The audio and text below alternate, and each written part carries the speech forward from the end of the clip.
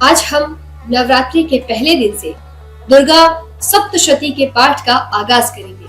आज से हर दिन आपको हम माता के अलग अलग रूपों के दर्शन के साथ साथ उनकी महिमा से भी अवगत करवाएंगे। नमस्कार, आप देख रहे हैं आंचलिक खबरें। मैं नेहा द्विवेदी आपके साथ।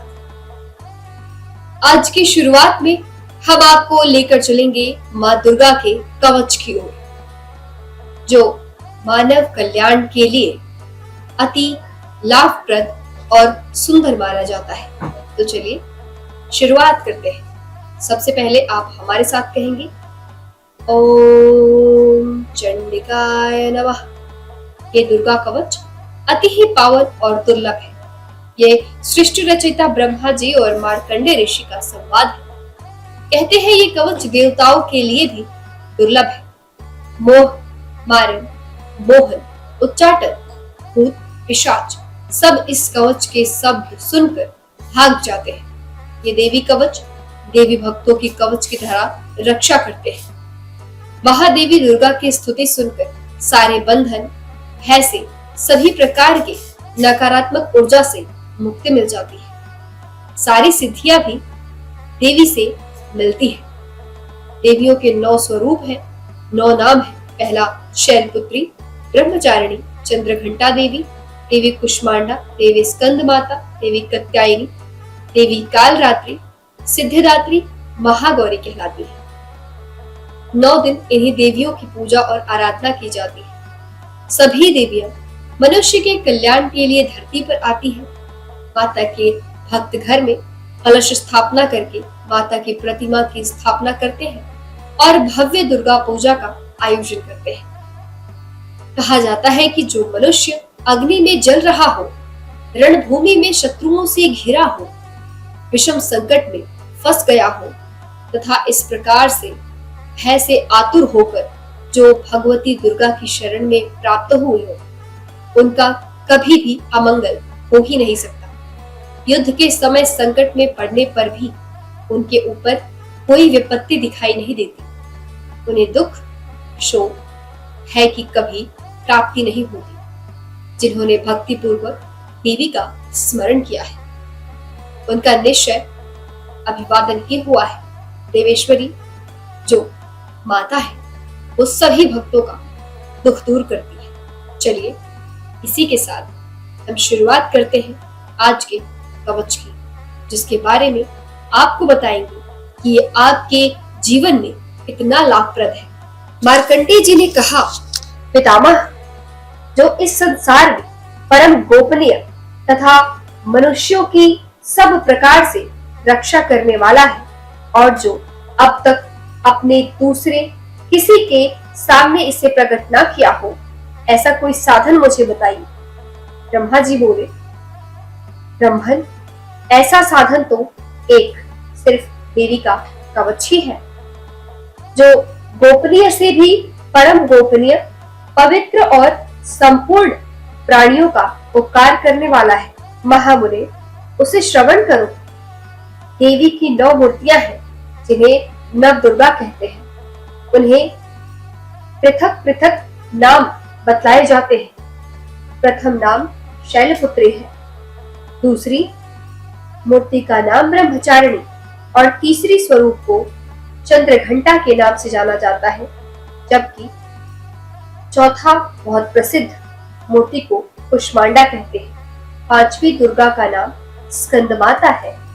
देवी के 6ठे रूप को कात्यायनी कहते हैं। 7वां कालरात्रि और 8वां स्वरूप महागौरी के नाम से प्रसिद्ध है। 9वीं दुर्गा का नाम सिद्धिदात्री है। ये सब नाम सर्वज्ञ महात्मा वेद भगवान के द्वारा ही प्रतिपादित हुए हैं। जो मनुष्य अग्नि में जल रहा हो, रणभूमि में शत्रुओं से घिरा हो, विषम संकट में फंस गया हो तथा इस प्रकार भय से आतुर होकर जो भगवती दुर्गा की शरण में प्राप्त हुए हो, उनका कभी भी कोई अमंगल नहीं होता। युद्ध के समय संकट में पड़ने पर भी उनके ऊपर कोई विपत्ति नहीं दिखाई देती। उन्हें शोक, दुख और भय की प्राप्ति कभी नहीं होती। जिन्होंने भक्ति पूर्वक देवी का स्मरण किया है, उनका निश्चय ही अभ्युदय होता है। देवेश्वरी, जो तुम्हारा चिंतन करते हैं, उनकी तुम निसंदेह रक्षा करती हो। चामुंडा देवी प्रेत पर आरूढ़ होती है, वाराही भैंस पर सवारी करती है, इंद्रिका वाहन ऐरावत यानी हाथी पर सवारी करती है। मां वैष्णो देवी गरुड़ पर ही आसन जमाती है। महेश्वरी वृषभ पर आरूढ़ पर होती है। कौमारी का वाहन मयूर है।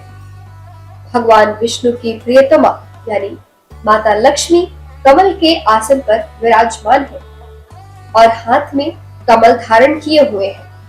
वृषभ पर आरूढ़ ईश्वरी दिवेन माता श्वेत रूप धारण करके रखती है। ब्रह्मा देवी हंस पर बैठी हुई है और सब प्रकार के आभूषणों से सुशोभित है। इस प्रकार ये सभी माताएं सब प्रकार की योग शक्तियों से संपन्न है। इसके सिवा और भी बहुत सी देवियां हैं जो अनेक प्रकार के आभूषणों की शोभा से युक्त तथा नाना प्रकार के रत्नों से सुशोभित है।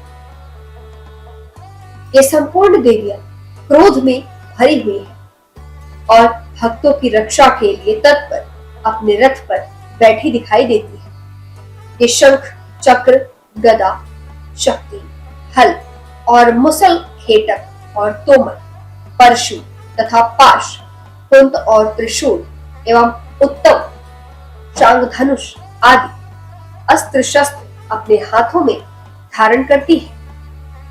दैत्यों के शरीर का नाश करना, भक्तों को अभय दान देना और देवताओं का कल्याण करना, यही उनके शस्त्र धारण का मेन उद्देश्य होता है। कवच आरंभ करने से पहले इस प्रकार प्रार्थना करनी चाहिए। आप सभी हमारे साथ ये प्रार्थना करें। कहिए, महान रौद्र रूप, अत्यंत घोर पराक्रम, महान बल और महान उत्साह वाली देवी, तो महान भय का नाश करने वाली हो, तुम्हें नमस्कार है। तुम्हारी ओर देखना भी कठिन है। शत्रुओं का भय बढ़ाने वाली जगदम्बिके, मेरी रक्षा करो। पूर्व दिशा में इंद्र शक्ति मेरी रक्षा करे। अग्निकोण में अग्नि शक्ति, दक्षिण दिशा में वाराही तथा नैऋत्य कोण में खड्गधारिणी मेरी रक्षा करे। पश्चिम दिशा में वारुणी और वायव्य कोण में मृग पर सवारी करने वाली देवी मेरी रक्षा करे।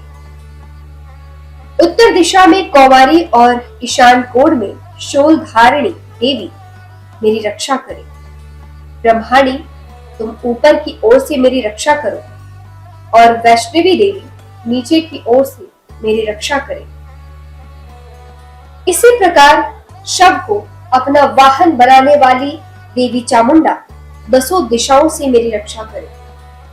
जया आगे से और विजया पीछे से मेरी रक्षा करे। वाम भाग में अजित और दक्षिण भाग में अपराजिता रक्षा करे। उद्योतनी शिखा की रक्षा करे। उमा मेरे मस्तक पर विराजमान होकर मेरी रक्षा करे। ललाट में मालाधरी रक्षा करे और यशस्विनी देवी मेरी भौहों का संरक्षण करे। भौहों के मध्य भाग में त्रिनेत्रा और नथुनों की यमघटांग देवी मेरी रक्षा करे। दोनों नेत्रों के मध्य भाग में शंगिनी और कानों में द्वारवासिनी रक्षा करे। कालिका देवी कपोलों की तथा भगवती शंकरी कानों के मूल भाग की रक्षा करे। नासिका में सुगंधा और ऊपर के ओठ में चर्चिका देवी रक्षा करे। नीचे के ओठ में अमृत कला तथा जिह्वा में सरस्वती देवी मेरी रक्षा करे। कौमारी दांतों की और चंडिका कंठ प्रदेश की रक्षा करे। चित्रघटा गले की, घाटी की और महामाया तालों में रहकर मेरी रक्षा करे। कामाक्षी होड़ी की और सर्वमंगला मेरी वाणी की रक्षा करे। भद्रकाली ग्रीवा में और धनुर्धरी पृष्ठवंश यानी मेरुदंड में रहकर मेरी रक्षा करे। कंठ के बाहरी भाग में नीलग्रीवा और कंठ की नली में नल कुबरी मेरी रक्षा करे। दोनों कंधों में खड़गिनी और मेरी दोनों भुजाओं की वज्रधारिणी मेरी रक्षा करे। दोनों हाथों में दंडिनी और अंगुलियों में अंबिका मेरी रक्षा करे। शूलेश्वरी नखों की रक्षा करे। कुलेश्वरी कुक्षी पेट में रहकर मेरी रक्षा करे। महादेवी दोनों स्तनों की और शोक विनाशिनी देवी मन की रक्षा करे। माता ललिता देवी हृदय में और शूलधारिणी उदर में रहकर मेरी रक्षा करे। नाभि में कामिनी और गुहाभागी की गुहेश्वरी रक्षा करे। पूतना और कामिका लिंग की और महिषवाहिनी बुदा की रक्षा करे। भगवती कटिभाग में और विंध्यवासिनी घुटनों की रक्षा करे। संपूर्ण कामनाओं को देने वाली महाबला देवी दोनों पिंडलियों की रक्षा करे। नारसिंही दोनों घुटियों की और तेजसी देवी दोनों चरणों के पृष्ठभाग की रक्षा करे। श्रीदेवी पैरों की अंगुलियों में और तलवावासिनी पैरों के तलवों में रहकर मेरी रक्षा करे। अपनी दाढ़ के कारण भयंकर दिखाई देने वाली विकराल रूप वाली महारानी वृषांकराली देवी नखों की और ऊर्ध्वर केशविनी देवी केशों की रक्षा करे। रोमावलियों के छिद्रों में कौबेरी और त्वचा की भागेश्वरी देवी रक्षा करे। पार्वती देवी रक्त मज्जा वसा मांस हड्डी और मेद की हमारी रक्षा करे। आंतों की काल रात्रि और पित्त की मुकुटेश्वरी हमारी रक्षा करे। मूलाधार आदि कमल कोशों में पद्मावती देवी और कफ में चूड़ामणि देवी स्थित होकर रक्षा करे। नख के तेज की ज्वालामुखी रक्षा करे, जिसका किसी भी अस्त्र से भेदन नहीं किया जा सकता। वे अभेद्य देवी शरीर की समस्त संधियों में रहकर रक्षा करे। ब्रह्माणी आप मेरे वीर की रक्षा करे। चक्रेश्वरी छाया की तथा धर्मधारिणी देवी मेरे अहंकार मन और बुद्धि की रक्षा करे। हाथ में वज्र धारण करने वाली वज्रहस्ता देवी मेरे प्राण आपन व्यापन उदान और समान वायु की रक्षा करे। कल्याण से शोभित होने वाली भगवती कल्याण शोभना मेरे प्राण की रक्षा करे। रस रूप गंध शब्द और स्पर्श इन विषयों का अनुभव करते समय योगिनी देवी रक्षा करे तथा सत्व गुण रजोगुण और तमोगुण की रक्षा सदा नारायणी देवी करे। वाराही आयु की रक्षा करे। वैष्णवी धर्म की रक्षा तथा चक्रिणी चक्र धारण करने वाली देवी यश कीर्ति लक्ष्मी धन तथा विद्या की रक्षा करे। इंद्राणी आप मेरे गोत्र की रक्षा करें। चंडिके आप मेरे पशुओं की रक्षा करें। महालक्ष्मी पुत्रों की रक्षा करे और भैरवी पत्नी की रक्षा करे। मेरे पथ की सुपथा तथा मार्ग की क्षेम करी रक्षा करे। राजा के दरबार में महालक्ष्मी रक्षा करे तथा सब ओर व्याप्त रहने वाली विजया देवी संपूर्ण भयों से मेरी रक्षा करे। मित्रों, जो स्थान कवच पे नहीं कहा गया है अतएव रक्षा से रहित है, वह सब तुम्हारे द्वारा सुरक्षित हो, क्योंकि तुम विजयशालिनी और पाप नाशिनी हो। यदि अपने शरीर का भला चाहे तो मनुष्य बिना कवच के कहीं एक पग भी न जाए। कवच का पाठ करके ही यात्रा करे। कवच के द्वारा सब ओर से सुरक्षित मनुष्य जहां भी जाता है वहां वहां उसे धन लाभ होता है तथा संपूर्ण कामनाओं की सिद्धि करने वाली विजय की प्राप्ति होती है। वह जिस जिस अभिष्ट वस्तु का चिंतन करता है उसको निश्चय ही प्राप्त कर लेता है। वह पुरुष इस पृथ्वी पर तुलना रहित महान ऐश्वर्य का भागी होता है। कवच से सुरक्षित मनुष्य निर्भय होता है। युद्ध में उसकी पराजय कभी नहीं होती तथा वह तीनों लोकों में पूजनीय होता है। देवी का यह कवच देवताओं के लिए भी दुर्लभ माना गया है। जो प्रतिदिन नियम पूर्वक तीनों संध्याओं के समय श्रद्धा के साथ इसका पाठ करता है उसे दैवी कला प्राप्त होती है तथा वह तीनों लोकों में कहीं भी पराजित नहीं होता। इतना ही नहीं, वह अब मृत्यु से रहित हो 100 से भी अधिक वर्षों तक जीवित रहता है। मकरी, चेचक और कोढ़ आदि उसकी संपूर्ण व्याधियां नष्ट हो जाती है। कनेर, भांग, अफीम, धतूरे आदि का स्थावर विष, सांप और बिच्छू आदि के काटने से चढ़ा हुआ जहर, विष तथा अहिफेन और तेल के संयोग आदि से बनने वाला कृत्रिम विष, ये सभी प्रकार के विष दूर हो जाते हैं। उनका कोई असर नहीं होता। इस पृथ्वी पर मारण, मोहन आदि जितने अभिचारिक प्रयोग होते हैं तथा इस प्रकार के जितने मंत्र यंत्र होते हैं वे सब इस कवच को हृदय में धारण कर लेने पर उस मनुष्य को देखते ही नष्ट हो जाते हैं।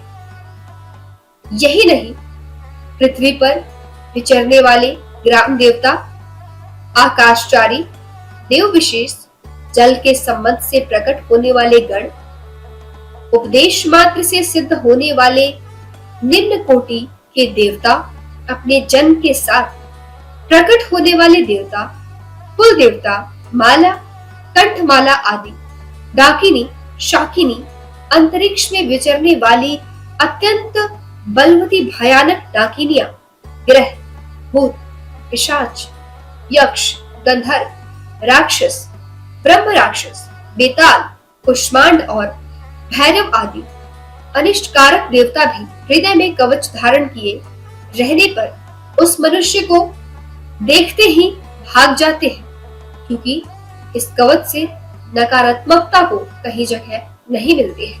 यह कवच मनुष्य के तेज की वृद्धि करने वाला और उत्तम है।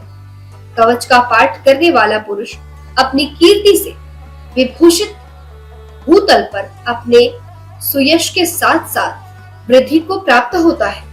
जो पहले कवच का पाठ करके उसके बाद सप्तशती चंडिका का पाठ करता है, उसकी जब तक वन, पर्वत और कानून सहित यह पृथ्वी टिकी रहती है तब तक यहाँ पुत्र पौत्र आदि संतान परंपरा बनी रहती है। फिर देह का अंत होने पर वह पुरुष भगवती महामाई के प्रसाद से उस नित्य परम पद को प्राप्त होता है जो देवताओं के लिए भी दुर्लभ है।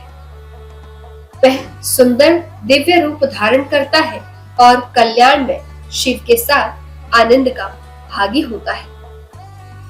हमारे कवच के अध्याय में आपने माँ दुर्गा के कवच के बारे में सुना, जिसमें आपको ये पता चला कि अगर अकाल मृत्यु भी हो तो कवच आपकी सुरक्षा करता है।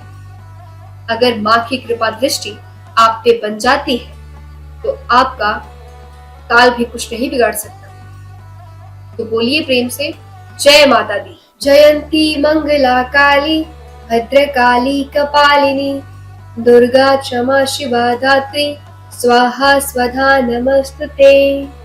यानी कि अब हम इस मंत्र के साथ अर्गला स्तोत्र की शुरुआत करें। मार्कंडे जी कहते हैं, जयंती मंगला काली भद्रकाली कपालिनी दुर्गा क्षमा शिवा धात्री और स्वधा, इन नामों से प्रसिद्ध जगदम्बिके तुम्हें मेरा नमस्कार हो। हे देवी चामुंडे, तुम्हारी जय हो। संपूर्ण प्राणियों की पीड़ा हरने वाली देवी तुम्हारी जय हो। सबसे व्याप्त रहने वाली देवी तुम्हारी जय हो।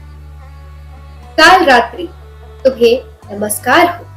मधु और कैटब को मारने वाली तथा ब्रह्मा जी को वरदान देने वाली देवी तुम्हें मेरा शत शत नमस्कार। तुम मुझे रूप आत्म रूप का ज्ञान दो। जय मोह पर विजय दो। यश मोह विजय तथा ज्ञान प्राप्ति रूप यश दो और काम क्रोध आदि शत्रुओं का नाश करो। महिषासुर का नाश करने वाली तथा भक्तों को सुख देने वाली देवी तुम्हें नमस्कार है। तुम रूप दो, जय दो, यश दो और काम क्रोध आदि शत्रुओं का नाश करो। रक्त बीज का वध और चंड मुंड का विनाश करने वाली देवी तुम रूप दो, जय दो, यश दो और काम क्रोध आदि शत्रुओं का नाश करो। तुम्हारे रूप और चरित्र अचिन्त्य है। तुम समस्त शत्रुओं का नाश करने वाली हो। तुम रूप दो, जय दो, यश दो और काम क्रोध आदि से शत्रुओं का नाश करो। पापों को दूर करने वाली चंडिके, जो भक्ति पूर्वक तुम्हारे चरणों में सर्वदा मस्तक झुकाते हैं, उन्हें रूप दो, जय दो, यश दो और उनके काम क्रोध आदि शत्रुओं का नाश करो। रोगों का नाश करने वाली चंडिके, जो भक्ति पूर्वक तुम्हारी स्तुति करते हैं, उन्हें रूप दो, जय दो, यश दो और उनके शत्रुओं का नाश करो। चंडिके, इस संसार में जो भक्ति पूर्वक तुम्हारी पूजा करते हैं, उन्हें रूप दो, जय दो, यश दो और उनके काम क्रोध आदि शत्रुओं का नाश करो। मुझे सौभाग्य और आरोग्य दो, परम सुख दो, रूप दो, जय दो, यश दो और मेरे काम क्रोध आदि शत्रुओं का नाश करो। जो मुझसे द्वेष रखते हो, उनका नाश और मेरे बल की वृद्धि करो। रूप दो, जय दो, यश दो और मेरे काम क्रोध आदि शत्रुओं का नाश करो। देवी, मेरा कल्याण करो। मुझे उत्तम संपत्ति प्रदान करो। रूप दो, जय दो, यश दो और काम क्रोध आदि शत्रुओं का नाश करो। अंबिके, देवता और असुर दोनों ही अपने माथे के मुकुट की मड़ियों को तुम्हारे चरणों पर घिसते हैं। तुम रूप दो, जय दो, यश दो और काम क्रोध आदि शत्रुओं का नाश करो। तुम अपने भक्त जनों विद्वान, यशस्वी और लक्ष्मीवान बनाओ तथा रूप दो, यश दो, जय दो, उनकी पीड़ा हरो, काम क्रोध आदि शत्रुओं का नाश करो। प्रचंड दैत्यों के दर्प का दलन करने वाली चंडिके, मुझे शरणागत को रूप दो, जय दो, यश दो और मेरे काम क्रोध आदि शत्रुओं का नाश करो। चतुर्थ मुखी ब्रह्मा जी के द्वारा प्रशंसित चार भुजाधारिणी परमेश्वरी, तुम रूप दो, जय दो और काम क्रोध आदि शत्रुओं का नाश करो। देवी अंबिके, भगवान विष्णु नित्य निरंतर भक्ति पूर्वक तुम्हारी स्तुति करते रहते हैं। तुम रूप दो, जय दो, यश दो और काम क्रोध आदि शत्रुओं का नाश करो। हिमालय कन्या पार्वती के पति महादेव जी के द्वारा प्रशंसित होने वाली परमेश्वरी, तुम रूप दो, जय दो, यश दो और काम क्रोध आदि शत्रुओं का नाश करो। शचीपति इंद्र के द्वारा सद्भाव से पूजित होने वाली परमेश्वरी, तुम रूप दो, जय दो, यश दो और काम, क्रोध आदि शत्रुओं का नाश करो। प्रचंड भुजदंडों वाले दैत्यों का घमंड चूर करने वाली देवी, तुम रूप दो, जय दो, यश दो और काम क्रोध आदि शत्रुओं का नाश करो। देवी अंबिके, तुम अपने भक्त जनों को सदा असीम आनंद प्रदान करती रहो। मुझे रूप दो, जय दो, यश दो और मेरे काम क्रोध आदि शत्रुओं का नाश करो। मन की इच्छा के अनुसार चलने वाली मनोहर पत्नी प्रदान करो, जो दुर्गम संसार सागर से तारने वाली तथा उत्तम कुल में उत्पन्न हुई हो। जो मनुष्य इस स्तोत्र का पाठ करके सप्तशती रूपी महास्तोत्र का पाठ करता है, वह सप्तशती की जप संख्या से मिलने वाले श्रेष्ठ फल को प्राप्त होता है। इसके साथ ही वह प्रचुर संपत्ति भी प्राप्त कर लेता है। ये थी हमारी अगला स्तोत्र की कहानी, जिसमें आपने माता के सारे स्वरूपों का, उनकी शक्तियों का अच्छे से रसपान किया। अब हम आगे बढ़ेंगे और आपको ले चलेंगे किलक की ओर। जय माता दी। अब हम शुरुआत करेंगे किलक की। किलक में क्या कुछ कहा गया है और ये मनुष्य के लिए किस तरह लाभप्रद है, इस पूरे सृष्टि के लिए किस तरह लाभप्रद है, हम आज इस पे भी बात करेंगे। चलिए आगे बढ़ते हैं। मार्कंडेय जी कहते हैं, विशुद्ध ज्ञान ही जीवन शरीर है। तीनों वेद ही जिनके तीन दिव्य नेत्र हैं, जो कल्याण प्राप्ति के हेतु है तथा अपने मस्तक पर अर्ध चंद्र का मुकुट धारण करते हैं, उन भगवान शिव को नमस्कार है। मंत्रों का जो अभिकिलक है, अर्थात मंत्रों की सिद्धि में विघ्न उपस्थित करने वाले शाप रूपी किलक का जो निवारण करने वाले हैं, उस सप्तशती स्तोत्रकों को संपूर्ण रूप से जानना चाहिए और जानकर उनकी उपासना करनी चाहिए। यद्यपि सप्तशती के अतिरिक्त अन्य मंत्रों के जप में भी जो निरंतर लगा रहता है, वह भी कल्याण का भाग ही होता है। उसके भी उद्घाटन आदि कर्म सिद्ध होते हैं तथा उसे भी समस्त दुर्लभ वस्तुओं की प्राप्ति हो जाती है। तथा जो अन्य मंत्रों का जाप न करके केवल इस सप्तशती नामक स्त्रोत से ही देवी की स्तुति करते हैं, उन्हें स्तुति मात्र से ही सच्चिदानंद स्वरूपिणी देवी सिद्धि हो जाती है। उन्हें अपने कार्य की सिद्धि के लिए मंत्र, औषधि तथा अन्य किसी साधन के उपयोग की आवश्यकता नहीं रहती। बिना जप के ही उनके उच्चाटन आदि समस्त अभिचारिक कर्म सिद्ध हो जाते हैं। इतना ही नहीं, उनकी संपूर्ण अभीष्ट वस्तुएं भी सिद्ध होती हैं। लोगों के मन में ये शंका थी कि जब केवल सप्तशती की उपासना से अथवा सप्तशती को छोड़कर अन्य मंत्रों की उपासना से भी समान रूप से सब कार्य सिद्ध होते हैं, तब इनमें श्रेष्ठ कौन सा साधन है? लोगों की शंकाओं को सामने रखकर भगवान शंकर ने अपने पास आए हुए जिज्ञासुओं को समझाया कि यह सप्तशती नामक संपूर्ण स्तोत्र ही सर्वश्रेष्ठ और सर्वश्रेष्ठ एवं कल्याणमयी है। तदंतर भगवती चंडिका के सप्तशती नामक स्तोत्र को महादेव जी ने गुप्त कर दिया।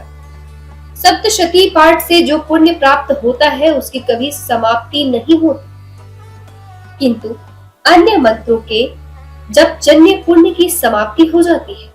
अतः भगवान शिव ने अन्य मंत्रों की अपेक्षा जो सप्तशती की श्रेष्ठता का निर्णय किया, उसे यथार्थ ही जानना चाहिए।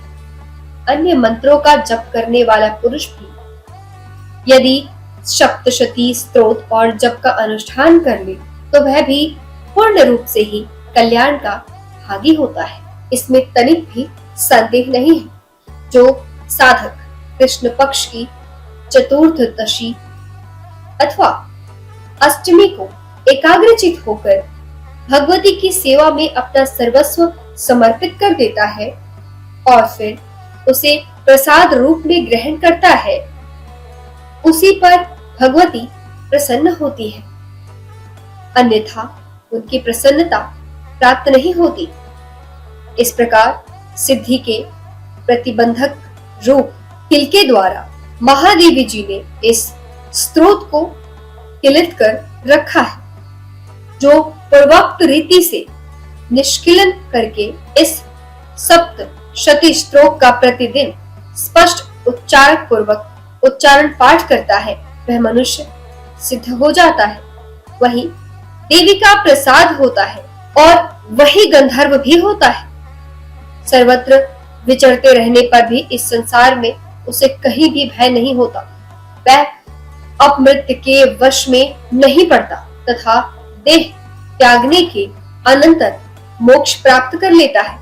अतः किलन को जानकर उनका परिहार करके ही सप्तशती का पाठ आरंभ करे। जो ऐसा नहीं करता उसका नाश हो जाता है। इसलिए किलक और निष्किल्न का ज्ञान प्राप्त करने पर ही यह स्त्रोत निर्दोष होता है और विद्वान पुरुष इस निर्दोष स्त्रोत का ही पाठ आरंभ करते हैं। स्त्रियों में जो भी सौभाग्य आदि दृष्टिगोचर होता है वह सब देवी के प्रसाद का ही फल है। अतः इस कल्याणमय स्त्रोत का सदा जप करना चाहिए। इस स्त्रोत का मंदस्वर से पाठ करने पर स्वरूप फल की प्राप्ति होती है और उच्च स्वर से पाठ करने पर पूर्ण फल की सिद्धि होती है। अतः उच्च स्वर से इसका पाठ आरंभ करना चाहिए। जिनके प्रसाद से ऐश्वर्य, सौभाग्य, आरोग्य, संपत्ति, शत्रुनाश तथा परम मोक्ष की भी सिद्धि होती है, उस कल्याणमयी जगदम्बिका स्तुति मनुष्य क्यों नहीं करते। इनके अनंतर रात्रि सुक्ता पाठ करना उचित है। पाठ के आरंभ में रात्रि सुक्त और अंत में देवी सुक्त के पाठ की विधि है। मारिच कल्प का वचन है। रात्रि सुक्त के बाद विनियोग, न्यास और ध्यान पूर्वक नवार्ण मंत्र का जप करके सप्तशती का पाठ करना आरंभ करना चाहिए। पाठ के अंत में पुनः विधि पूर्वक नवार्ण मंत्र का जप करके देवी सुक्त का तथा तीनों रहस्यों का पाठ करना उचित है। कोई नवार्ण जप के बाद रात्रि सुक्त का पाठ बतलाते हैं तथा अंत में भी देवी सुक्त के बाद नवार्ण जप का औचित्य प्रतिपादन करते हैं, किंतु यह ठीक नहीं है। चिदंबर संहिता में कहा गया है, सप्तशती का पाठ बीच में हो और आदि अंत में नवार्ण जप से उसे संपुटित कर दिया जाए। दामर तंत्र में यह बात अधिक स्पष्ट में दी गई है।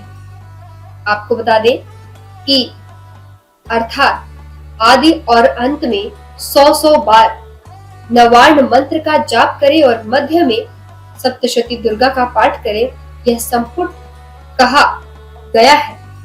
यदि आदि अंत में रात्रि सुक्त और देवी सुक्त का पाठ हो और उनके पहले एवं अंत में नवार्ण जप हो, तब तो वह पाठ नवार्ण संपुट नहीं कहला सकता, क्योंकि जिससे संपुट हो उसके मध्यम में अन्य प्रकार के मंत्र का प्रवेश नहीं होना चाहिए।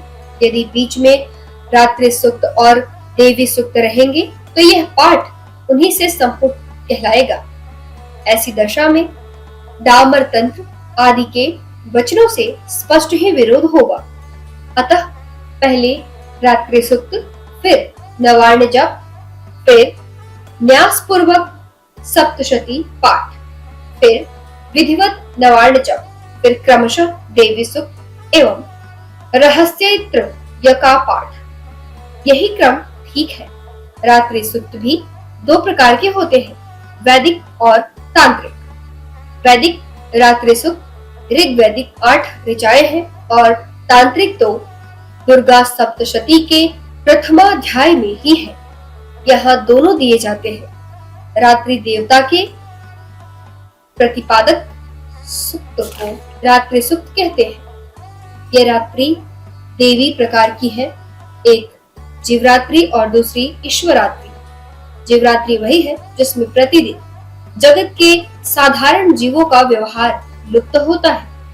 दूसरी ईश्वरात्रि वो है जिसमें ईश्वर के जगद्रूप व्यवहार का लोप होता है। उसको काल रात्रि या महाप्रलय रात्रि कहते हैं। उस समय केवल ब्रह्मा और उनकी माया शक्ति, जिसे अव्यक्त प्रकृति कहते हैं, शेष रहती है। इसकी अधिष्ठात्री देवी भुवनेश्वरी है। रात्रि सुक्त से उन्हीं का स्तवन होता है। तो ये था रात्रि सुक्त। आपने फिल्म भी सुना। आपको कैसा लगा हमारे चैनल की ये पेशकश? आप हमें कमेंट करके जरूर बताइएगा। हम आपको भक्ति के सागर में और आगे लेके चलते हैं। अब वक्त हो चला है वेदोक्त रात्रि सुक्त के बारे में जानने का। चलिए इसके बारे में भी आपको सारी जानकारी देते हैं। ओम रात्रि इत्यादि 8 ऋचाओं वाले सुक्त के कुशिक सौभर रात्रि अथवा भारद्वाज ऋषि है। रात्रि देवता है, गायत्री छंद है। देवी महात्म्य के पाठ में इसका विनियोग किया जाता है। महत्ववादी रूप व्यापक इंद्रियों से सब देशों में समस्त वस्तुओं को प्रकाशित करने वाली ये रात्रि रूपा देवी अपने उत्पन्न किए हुए जगत के जीवों के शुभाशुभ कर्मों को विशेष रूप से फल देती है और विशेष रूप से देखती है और उनके अनुरूप फल की व्यवस्था करने के लिए समस्त विभूतियों को धारण करती है। हे देवी अमर है और संपूर्ण विश्व को नीचे फैलाने वाली लता आदि को तथा ऊपर बढ़ने वाले वृक्षों को भी व्यास करके स्थित है। इतना ही नहीं, ये ज्ञानमयी ज्योति से जीवों को अज्ञान के अंधकार का नाश करती है और ज्ञान के प्रकाश की ओर ले आती है। परा चिच्छक्ति रूपा रात्रि देवी आकर अपनी बहन ब्रह्म विद्यामयी उषा देवी को प्रकट करती है, जिससे अविद्यामय अंधकार स्वतः ही नष्ट हो जाता है। वे रात्रि देवी इस समय मुझ पर प्रसन्न हो, जिनके आने पर हम लोग अपने घरों में सुख से सोते हैं।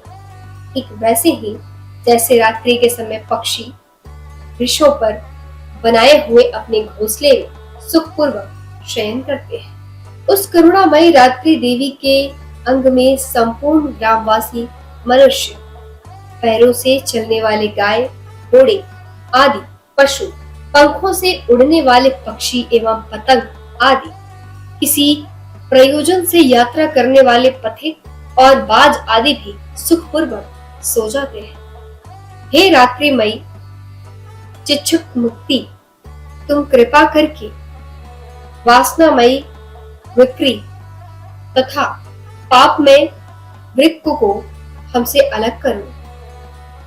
काम आदि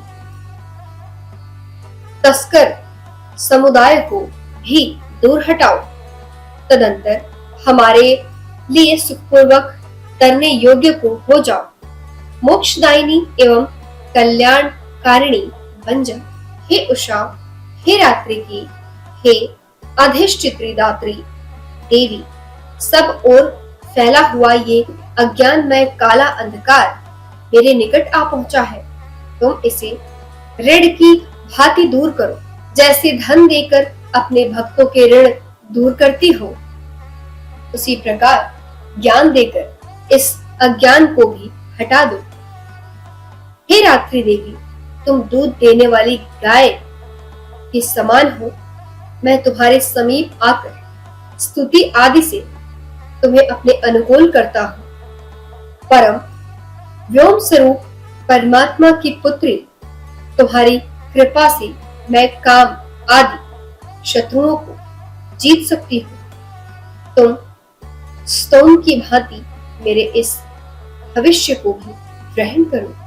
तो ये है वेदोक्त सूक्त, जिसके बारे में आपने अभी जाना। यहाँ पे हमारी ये प्रक्रिया समाप्त होती है। हमने आपको अभी तक अर्गला, किलक, वेदोक्त रात्रि सूक्त और तमाम चीजों के बारे में बताया। अब हम समापन की ओर बढ़ते हैं और शुरू करते हैं एक नया अध्याय। तो फिलहाल के लिए बस इतना ही। हमारे साथ जुड़े रहिए और देखते रहिए आंचलिक खबरें। हम शुरू करेंगे दुर्गा सप्तशती की पाठ को और आपको सुनाएंगे भक्ति के वो पावन सभी पंक्तियों को, जिससे आप सुनकर भाव विभोर हो जाएंगे। नमस्कार, जय माता दी।